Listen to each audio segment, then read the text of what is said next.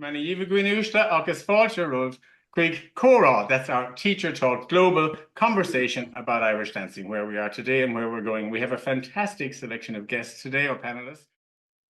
Is it easier for you to make up stuff for shows, or more fun, or more enjoyable, or more creative than it is for competition purpose? Yeah, I think for me, that's my happy place. I think, I always felt that little bit, I suppose, liberated in some way it's liberating when you just have the freedom of creating something for a group of dancers that are the absolute elite as well. That's the other thing. I think that's a little bit easier. I do enjoy creating hornpipes and jigs, but not, I have to say, not as much as when you have the freedom of creating for a show. And another little point I'd like to mention as well is I think the dance teachers are kind of the unsung heroes to a degree as well, because a lot of the time the dancers that come to me, and I've seen this with American dancers that have been in our productions, Canadians, English, Irish, and all over the world that have come to our shows, they're kind of ready-made. And a lot of the time we can get credit for this, whereas as a matter of fact, the grassroots and the hard work has been done years ago in dance halls all over the world, getting them to be on time, to understand rhythm, to understand timing, to get their feet crossed, to get them where they are. And that's a very valid point, Michael, and I think well done for bringing that up and saying that. It is very important that teachers get the credit where credit is due, because they 100%. Created these dancers. 100%, Glenn. Like we were in the shows together as well, and we were a big ensemble of whatever it was, 38, 16 lads, or 32 dancers, 16 and 16, and like every single one of those dancers came from somewhere. Mm-hmm.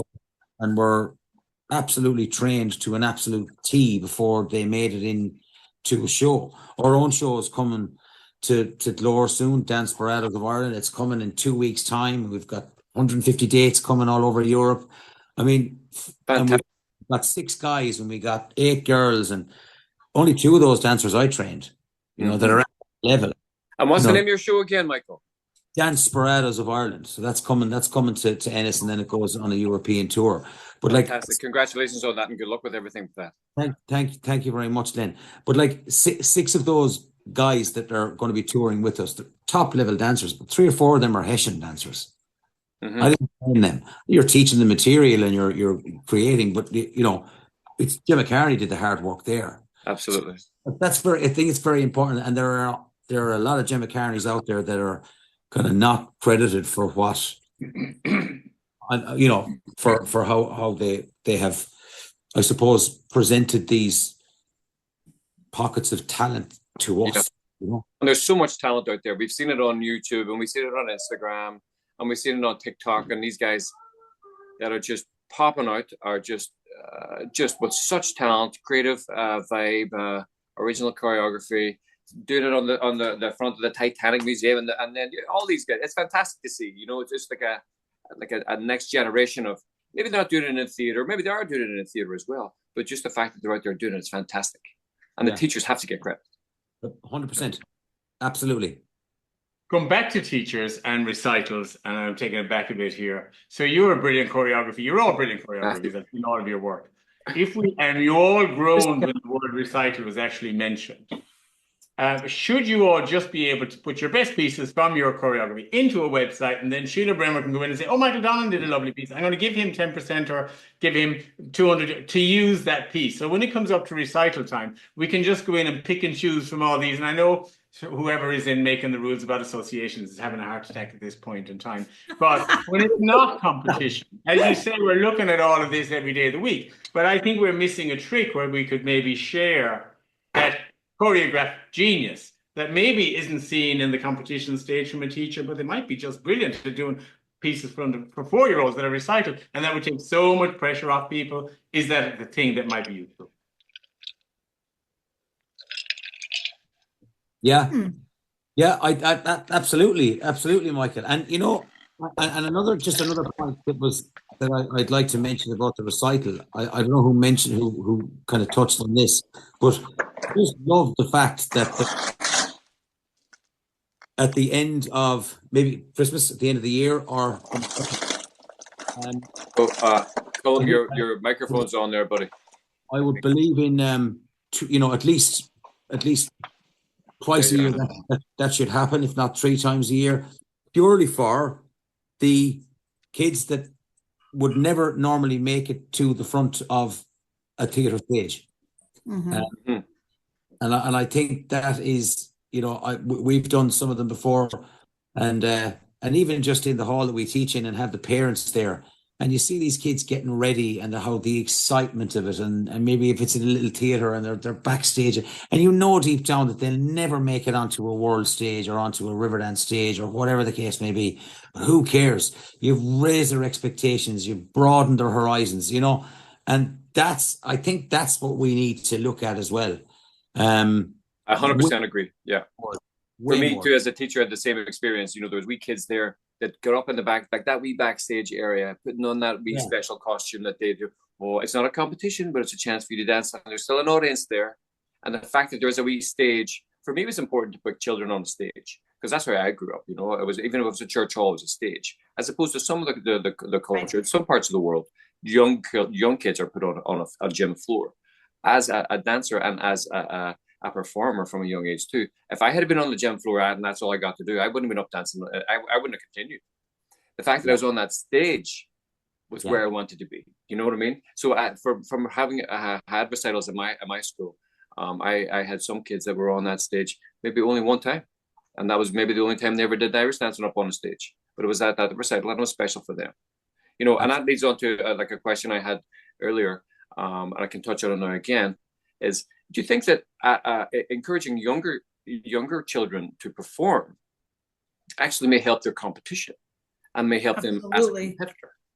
Absolutely. I believe that every experience that they have is only going to enhance their ability to compete, even from a very young age. Absolutely. Yeah. It's just building them up. Absolutely. Yeah, I feel the same way, from just giving them a wee bit of encouragement whenever there's not a competitive scenario, and then see how much they enjoy the actual art form, and then bringing them to that, maybe that first fesh or that bigger fesh, that they're maybe that regional or that whatever, and then trying to remind them, remember how it was when you were dancing at the recital. That was one that I could call upon. Remember, just chill. Just think you're just dancing for your mommy and daddy, and you're dancing for the people in the audience, and you don't worry about them judges out there. You just go out and you do it like you did there on the church hall, or we did it at Christmas. You know what I mean? And that was a way to help them with their anxiety for me. But yeah, I think that the one thing definitely, the performance and the competition, I think as a teacher and a performer, work very well hand in hand.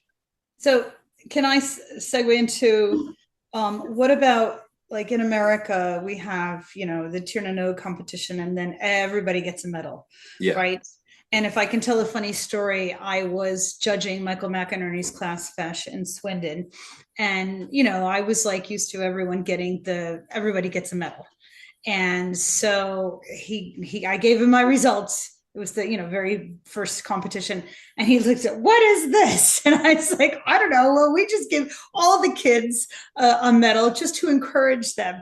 So I said, just pick whatever. So he picked whatever number, 502, and it turned out to be a little American kid who is actually the worst dancer of the entire competition. And I was just like, and he goes, what did you do that for? I said, well, that's what we do here to encourage them. So maybe based on that, and based on what we're speaking about right now, what do you guys think about that? Do you think everyone should be encouraged to get a medal? This is a little different from the recital, or should they get first, second, and third, even at those very, very preliminary competitions?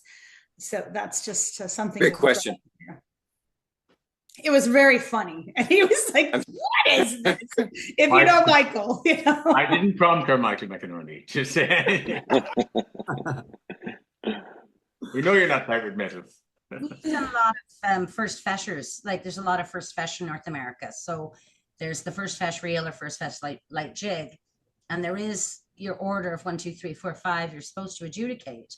But in the 1, 2, 3, 4, 5, it's the understanding that everybody in that particular dance, I think it's U10 and down or whatever it is, doesn't matter, whatever the fesh decides, all those children will go home with something.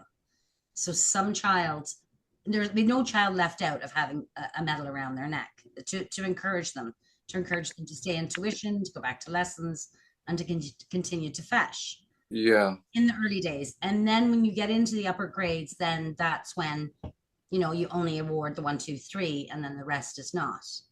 So I think it's important for those little tender years to make sure everyone gets a wee medal until they understand the nature of work and competition. Of if I want to win, I have to do all the lessons, or I choose, like Michael says, have the choice to only do the recital parts. But to, Kim, I don't even think it's in. Thing, I think.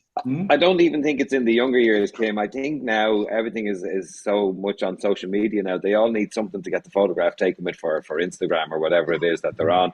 So I think from that point of view, it's just the world we live in now. You know, I think it's a good thing. I don't think it's a bad thing. I just know from years ago it's frowned upon. I know they have to work for their medal, or then it becomes worthless, and then it becomes. But you know, I think it's all about Instagram. It's all about the post on social media, whether they got fourth or whatever it is. That everybody kind of does get something when they go to a fest. You know, and I don't think it's that bad of a thing, really. You know, it's just. Biggest difference for me when I moved from home was that at home they put all the babies up on the podium and they had all the cameras out and they were playing and here you go to a desk and you pick up your medal and you disappear. And I think here in America we really are. We have the pyramid upside down. I think we need to be putting all those babies up on that podium. I agree. And not saving everything for the big cup and the big session, the big honor of winning the championship at the top. But so I think, you know, we need to flip that around in North America. We see now all these kids posting and posting and posting. Do you think that, although it's good for kids to post themselves, do you think that adds an undue stress? Because it's not just I left the fesh, but now it's a constant on my phone because we're always on our phones. And we talked about this, the perceived notion of maybe a child being better than they are because their social media presence is stronger than another child's. It's just a whole different kettle of fish. It is. We spoke about this in another. Yeah, I think you could take dancing out of the question, out of the equation there, and that would be applied to anything that they do in life. Because we all know Instagram and all of that is just not. It's not reality. It's an online reality, really. Like, you know, it's not what everyday life. We all know that. Nobody puts up, like, is Cian still there? You know, when the kids have a really bad nappy or something like that, you don't post that up on your social media. Like, no, you know what I mean? You put up the bow and the hair and you know, and that's just the way it is. Like, you know. Yeah. It's just I think Instagram now with the kids and showing off and doing what they're doing with their sashes, it's another form of competition. Yeah. It's a side way of, like, yeah, I did great at the fesh, but I'm still holding this over you, and whatever the story is. It's just very competitive. I think to be a youngster in that kind of line and going into teenage years as well, we hear all the horrible stories that can happen to teenagers and bits and pieces. And of course, a lot of it can be driven by a phone and social media and bullying and all that kind of stuff. So it can lead down to a treacherous path for these, I suppose, untrained brains. They don't know what to do and who to talk to about these kind of things. So it can lead in different ways, is what I'm saying. I think that's very important, Cian. And I do believe, Michael, that could be a topic for us on its own. Just to talk about the modern, the way that our modern society is affecting dance competition and these children that we're responsible for. I think a lot of the modern feshes, our own fesh included, you're giving them a lot of bling.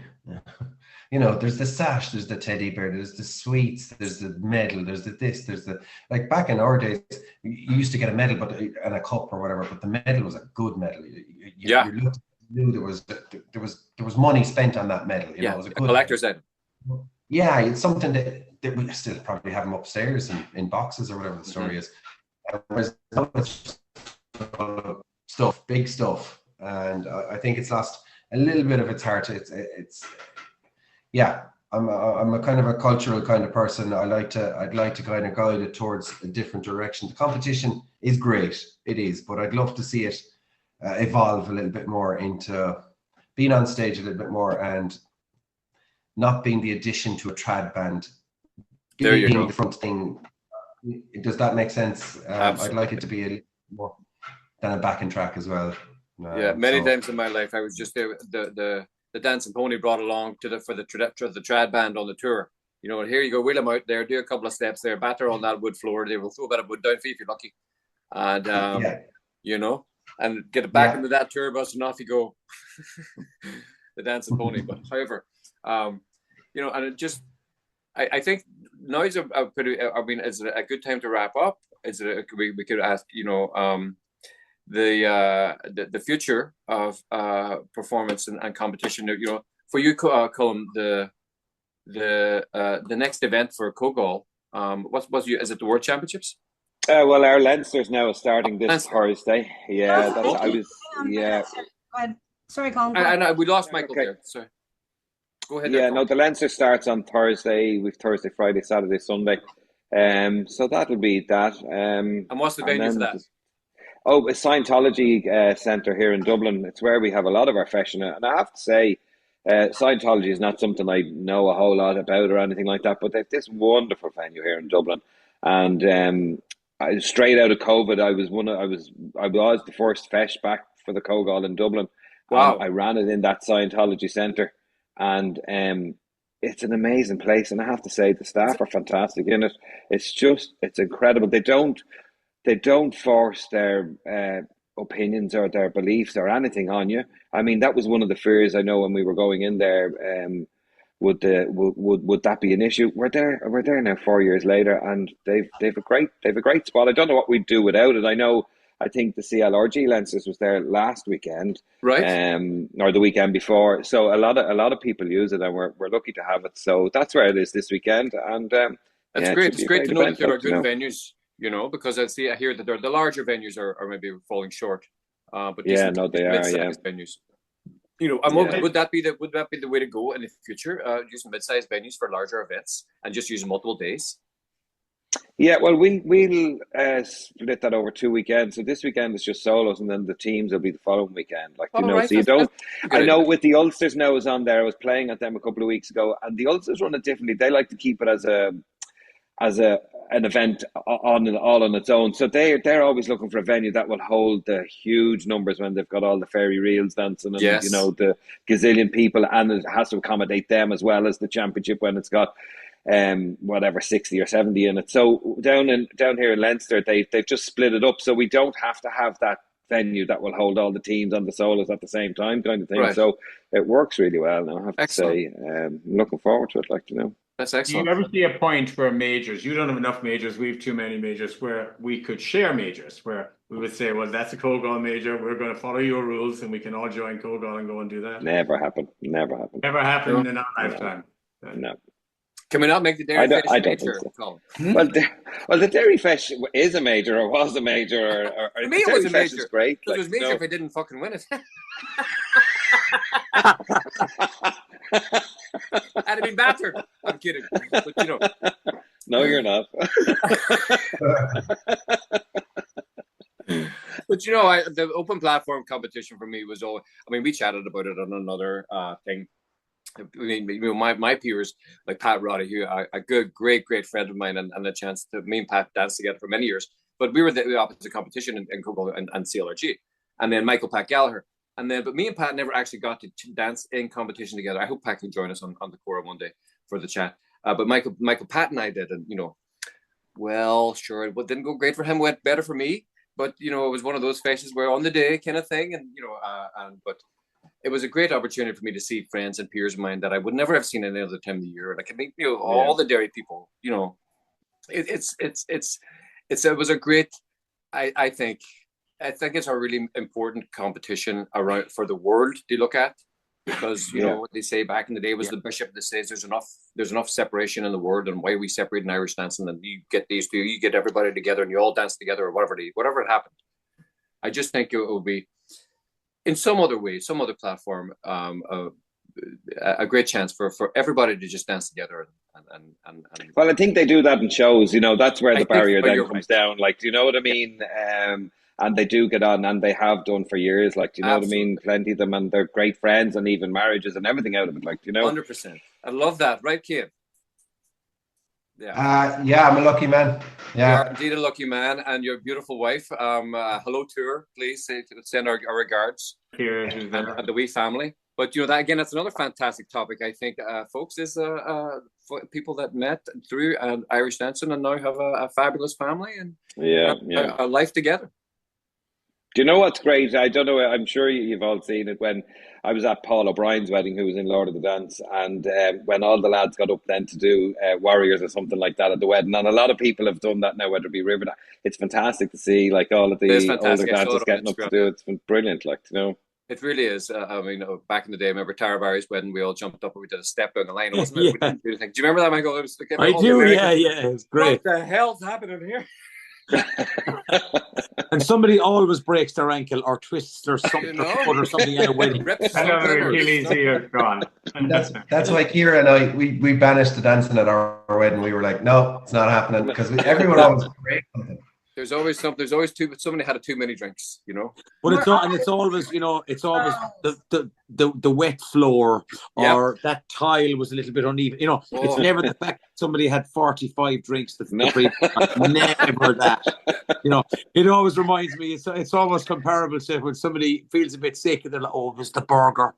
Just the burger. That kebab on the way home. Nothing about the 19 pints of Guinness. No. Yeah. Amazing. So, Michael, just before we go, Michael, if you could remind us, when are those tickets on sale for that Danceparado show you're doing that's there? What I'm just about to ask now, Keogh. Good man. They're on. They're at the box office. Can you tell us? Can you tell us about it there, Michael? Yeah, so it's a authentic show, music, song, dance. I suppose not dissimilar to the old-fashioned Keogh Curram. Really, really good dancing, danced by great dancers, and a live band on stage. 2 singers. So we've a cast, as I say, of 14 dancers, six in the band, and with 3 crew.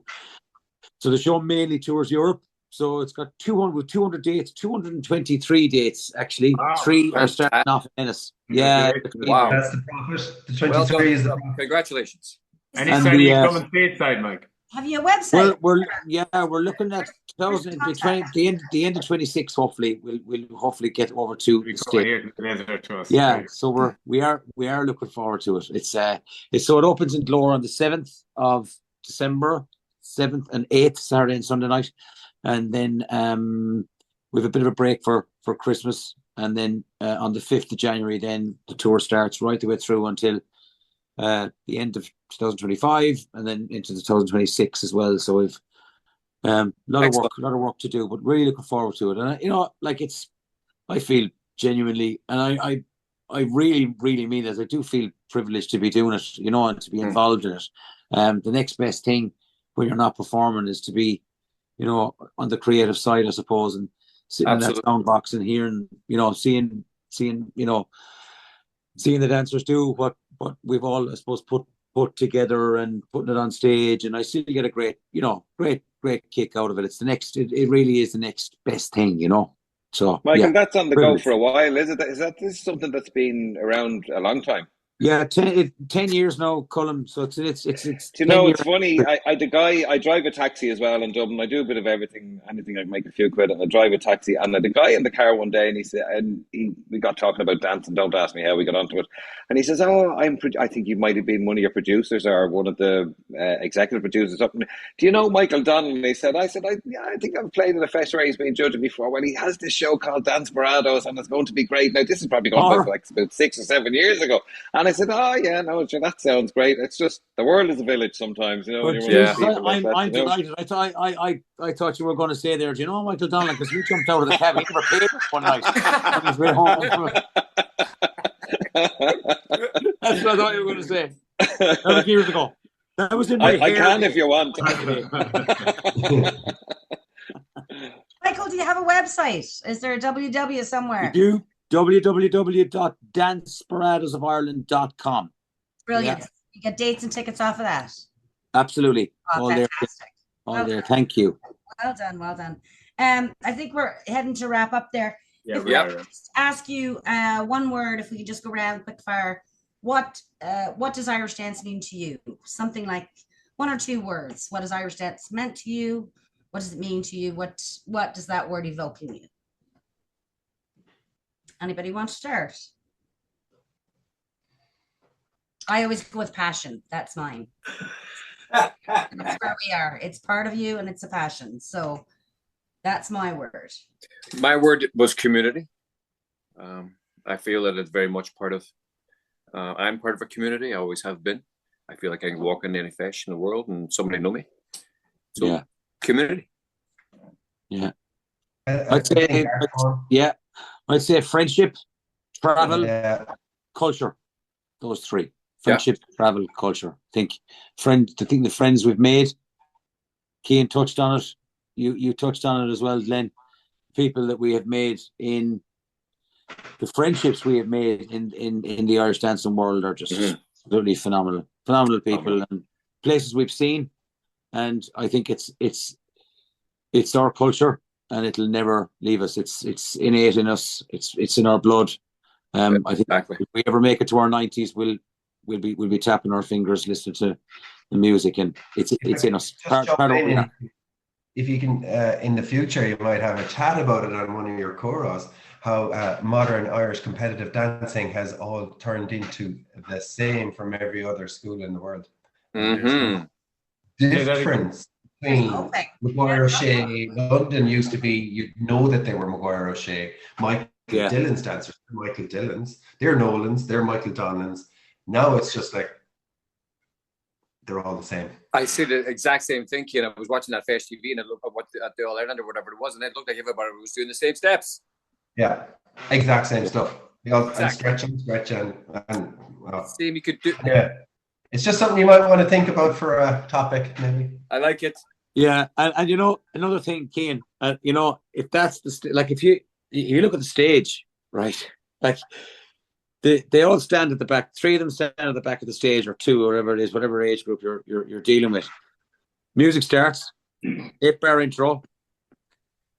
As soon as the lead around on the right leg is done, they may as well just dismantle the second third of the stage, and they could actually take it away because it's just a strip. And I think that's another thing as well that needs to be kind of half looked at. It's constantly just up and down and up and down. And it's a battle for it. The judges are just like they may as well just be at Wimbledon, you know. Yeah. There's space at the back of the stage, and you can actually see them better when they go back a little piece. That's what I said to is it the choreography to competition? How is that different to choreography to show? And are we letting ourselves as artists choreographing just strictly for competition, which I think we are. Well, that's a topic that will be definitely a topic that we could definitely touch on. We get a few more ideas for future episodes here.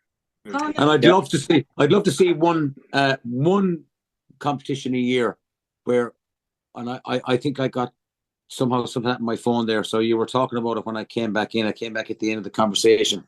I would love to see an open platform, one massive one a year. Call it the ultimate. Maybe you got to qualify for it.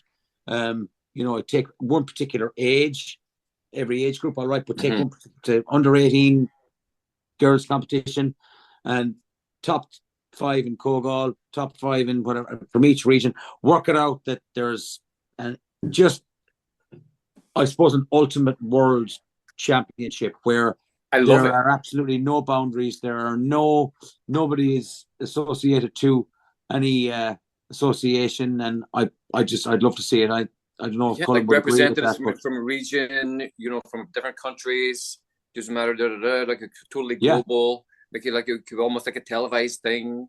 Get these Fashion TV kids on it. I'd love to see it. Yeah, I'd love to see it, Michael. When you were off there earlier on, I had just said that there would be no chance, and I don't think there would be. I remember years ago, Bernie Downey and Philip Owens, when they were with the Keogh at the time, did try to get something going up in Dublin, and it just met a brick wall. I think if something like that was to happen, Michael, it would be somebody like yourself or somebody that's kind of, you know, involved in the shows to do it outside the realms of the organizations. And that's no disrespect to the organizations. I'm not saying that. It's just that I think, you know, the division happened whatever years ago and they've both gone their separate ways and done whatever they've done. I don't think it's something that could be run by, I don't think there'd be a will there by the organizations to do it, and I don't think, I mean, I agree. I'm sure you're the same within an independent. Yeah. Well, what actually happened to the open platform, Fesh? Because that went ahead at one stage, didn't it? It still happens up in Derry, Michael. Yeah, that's Glenn. Derry Fesh, we're just chatting about it there too. It was the only one still. Again, and for me, my favorite Fesh in the world ever. Yeah. Okay, and that still goes ahead. I didn't know that. Still goes ahead, yeah. And there are isolated schools around the world that would really benefit from an open platform, Fesh. They want to remain loyal to, say, CLRG or Colm, but they're stuck in the middle of a group from the other organization. And how do we keep those schools without open platform? You know, and how do we encourage dancing in those areas? Because it is another topic for another day. Absolutely. Yeah. And I think to finish off the column there, you're back to Kim's question of what is Irish dance? Yeah, well, Michael took mine, but I'll elaborate a bit. Friendship, definitely, because my best friends, my best man at my wedding, they're all true dancing. My wife is true dancing. I mean, we were born into it a bit like yourself, Cian. My mother and father taught dancing, so we did have a choice, but it was there. It was, you know, the class was out the back of the house, and you know, whereas a lot of people when they join a dance class, they make a decision to become a teacher, whereas when you're born into a family of it, you just do it, like, you know what I mean? So blood. friendship would be the thing, but I'll go a bit further and say even friendship among your enemies, because when things are not going so well for you in whatever part of your life, you'll find that people who you didn't really think liked you, there's nothing like Irish dancing people to get you out of a hole if you're in a bad way. And you know, if there was a fundraiser to be done, or if somebody had some misfortune in their family life or in anything, they're the first people to step up and help you out, because, you know, competition can bring out the worst in people, but by God, it can bring out the best in people as well. Like, do you know what I mean? And that is the one thing about competition and the people that we meet. You know, we will all fall out, we won't all agree. But I found in my life, and I've seen it with different things that's happened, that dancing people will be there for you if you needed something in your life. You just have to put a message out there, and there's always somebody, whether it be a passport if you're in a foreign country, or if you need something done, they'll be the first to step up. So for me, it's friendship as well. I love it. That's brilliant. And what a brilliant place to finish up. So I'd like to thank you all very much for being our guests today, to Colm, to Cian, to Glenn, to Mickey D, to Kim, and of course Alex, our producer, if you'd like to come on and say bye. So thank you all so much for being here today.